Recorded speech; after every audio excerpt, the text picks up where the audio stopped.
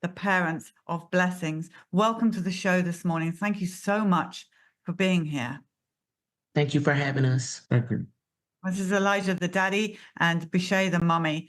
And Blessings, everybody, was just this beautiful, beautiful child, 6-month-old child. And the parents, as you will hear, did just like, look at her, just look at that beautiful baby that they killed.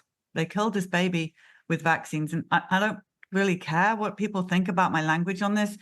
And so look at her, just such a beautiful, and it's just been 4 months. You two, I can't even imagine what you're going through, the heartbreak and the loss. Yeah, it's been really hard, Miss Polly. Just navigating through grieving, navigating through the fact that we have a son as well, who doesn't really understand, but he understands that his sister is gone and he misses her. And just navigating through all the grief, it's been really hard. Yeah, well, you are being showered in love and prayers from our viewers, and you will continue to as we tell this story. So let's go back. So you had two children. So you had your son, who is now diagnosed with autism, you say. Yes, ma'am. And He so was diagnosed at 2 years old. so you were both pro-vaccine. You did as you were told. Yes, ma'am. So when your beautiful Blessings was born, how was she? We just saw that beautiful picture of her. How was she health-wise? She was born premature, but she came home within a week or two of her being in the NICU. She immediately came home. She was thriving. She was healthy. Um, she loved spending time with us, spending time with her brother. Um, she was always smiling. Um, every time her dad came in the room, she lit up. It was she was perfect. So now, Bishay, when you say she was premature, how premature was she? She was born at 35 weeks. Okay. And did you know if she had the Hep B in hospital? I would have to look at the vaccination record. But But you, I believe, yes, ma'am. She did have a vaccine the day that she was born. And then she also, because she was in the NICU, we had to take her immediately to a pediatrician, and then they gave her more vaccines. So, looking at the vaccination records, she was given Hep B on 7/25, which she was born 7/18. So sorry, that was the first dose of vaccines that she was given. And then the next dosage of vaccinations were on September the 23rd. yeah, I mean, keep that up for a second, Lou, if you will, please. Just put that back up on screen because I want the people to really know that look how many vaccines they gave her. And in January, she had DTaP, OPV, HIB, Hep B. So she was on her third dose of Hep B, rotavirus, PCV, RSV, all of those vaccines given to this beautiful little child. And so let's go to January. Let's talk about this. Let's go through what happened. So you took her to the pediatrician to get her 6-month vaccines, and she wasn't quite 6 months, was she? No, ma'am, she was 4 days away from being 6 months. Or, I'm sorry, 5 days away from being 6 months when she received the vaccinations. And how was she before you took her in for those vaccines? How was she doing? She was in perfect health. She was cooing, babbling. She was her normal self. And so when you were in with the pediatrician, did you question anything or did you just accept what they did? In all honesty, I just accepted because I thought that we were doing what we needed to do to keep her healthy and safe. So that was a lot of needles going into your baby. So it must have been hard to watch. It was hard to watch. So, she received two um needle injected vaccines on both of her legs. So two on one, two on the other. The other two were given to her orally. Wow. Okay, so when you'd finished the pediatrician, did you give her any Tylenol or did they tell you to do any of that? Yes. Yes, ma'am. Basically, she was cranky and she was crying more than what she normally would. Um, and we assumed that it was because she was in pain from the injection sites. Getting those needles in her arm, I'm sorry, her legs had to been painful. So we assumed, okay, if she's in pain, we'll give her some Tylenol. And just a quick question going back, did you, because most parents don't, so this is not a judgment at all, but your daughter had all of those vaccines, DTaP, OPV, Hib, Hep B, rotavirus, PCV, RSV. Did you know what any of those things were going into your daughter? Have you ever heard of whatever all those things? Um, as far as like PCV, I know that that's for pneumonia. Um, Hib, OPV. no, Right. So this is the point I'm making is we as parents, we just blindly trust the white coat profession. Yeah. yes, ma'am. I would say, if I look back, because she got those pretty much some of this or all the same shots in September, and she was fine. I assume, hey, this is what needs to be done so that she can continue to be safe and healthy. Yeah, we totally understand. This is why your story is so important. Thank you for Yes, talking. ma'am. So she's had her vaccines. She's been cranky, and so you then gave her some Tylenol. Yes, ma'am. And how did she do after that? Is this the same day as the vaccines? Yes, ma'am. This is the same day as the vaccines. She's still seemed cranky. So at that point, we just tried to soothe her. Um, Her dad rocked her to sleep, and he laid her down to go to sleep. Um, I would say maybe 30 minutes to an hour later, we went to sleep. And when we woke up that next morning, that's when we found her um, lifeless. Well, I'm so sorry. I can't imagine what that would be like. It was rough. I would say it it may be a little bit rougher for Elijah because he was the one that actually like turned her over and saw her that way. Um, and then when I could tell from his reaction that something was wrong. And so at that point, I looked over into her bassinet as well, and she was like when we touched her body, it was cold. Elijah, we're so sorry. I mean, no father should ever have to deal with that. It's okay. So many of the stories that we do, the next part is even worse because I presume the police got involved. Yes, ma'am. As soon as we found her body, we called 911. And where I called 911, I was pretty much hysterical. They asked me, did she have a pulse?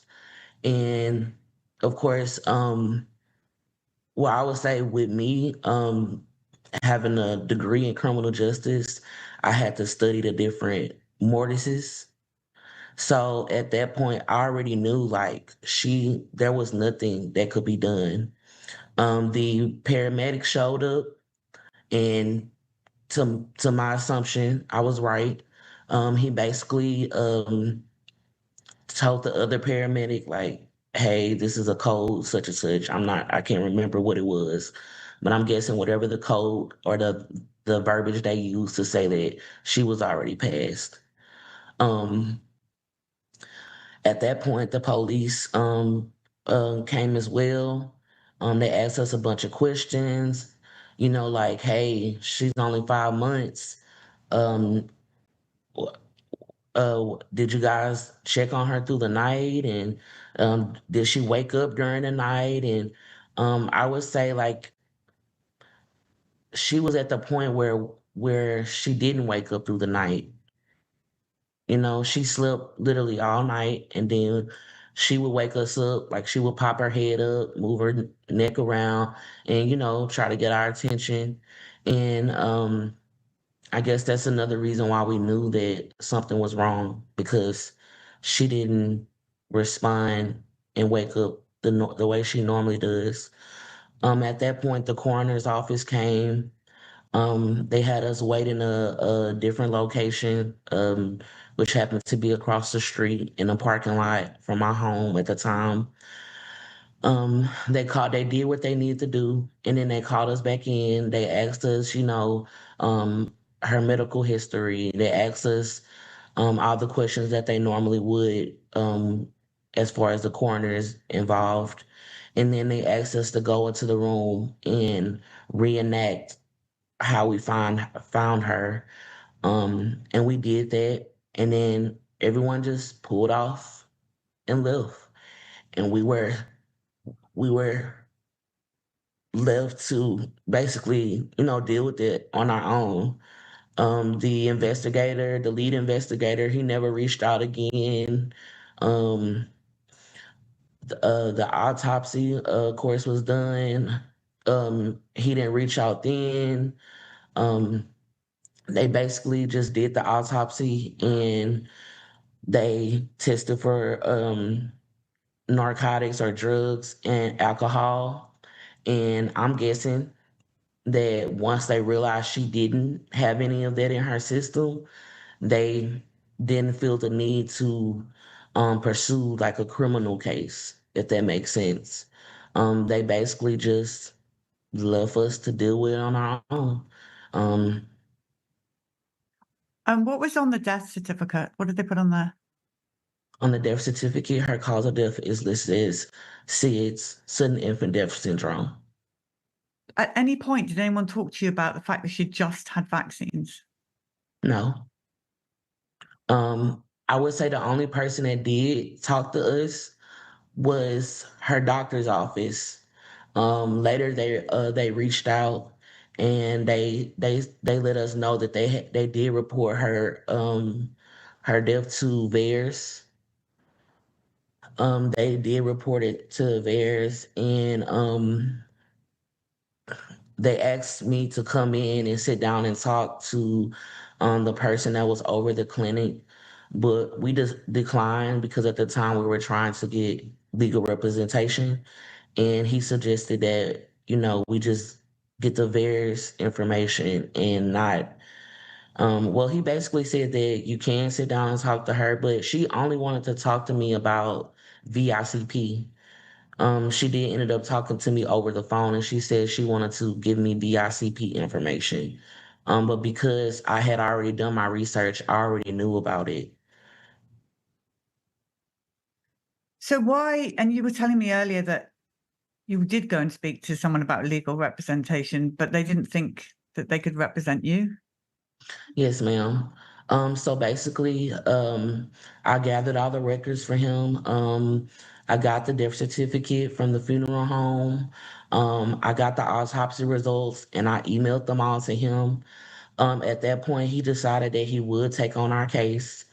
Um, but basically, he did keep reiterating to me that if the claim could not be filed, then they wouldn't be paid. So he did tell me, initially he told me that he was going to subpoena the samples from her autopsy, but instead he had a medical examiner look over her autopsy, and the medical examiner basically told him that there was nothing more to pursue because the samples that were left over weren't going to be enough for them to figure out exactly what happened. And so they would not represent you on that? No, ma'am. Well, Um, I, I'm sorry. there are people out there listening, if you know anyone that will represent, because this story is clear cut vaccine death. Yes, ma'am. Now, we do have a GoFundMe, people, if you can help in any way, because we have to get these stories out and the truth. Look at that beautiful Blessings was beautiful. What a beautiful child you had. I Yes, mean, ma'am. her She eyes was are gorgeous. shining. Yes, ma'am. She Elijah, we was. haven't had much from you, and I'm sorry. I know this must be very hard, but just please know that our viewers are sending you love and everything. Yeah, it's been very hard. Shocking. It's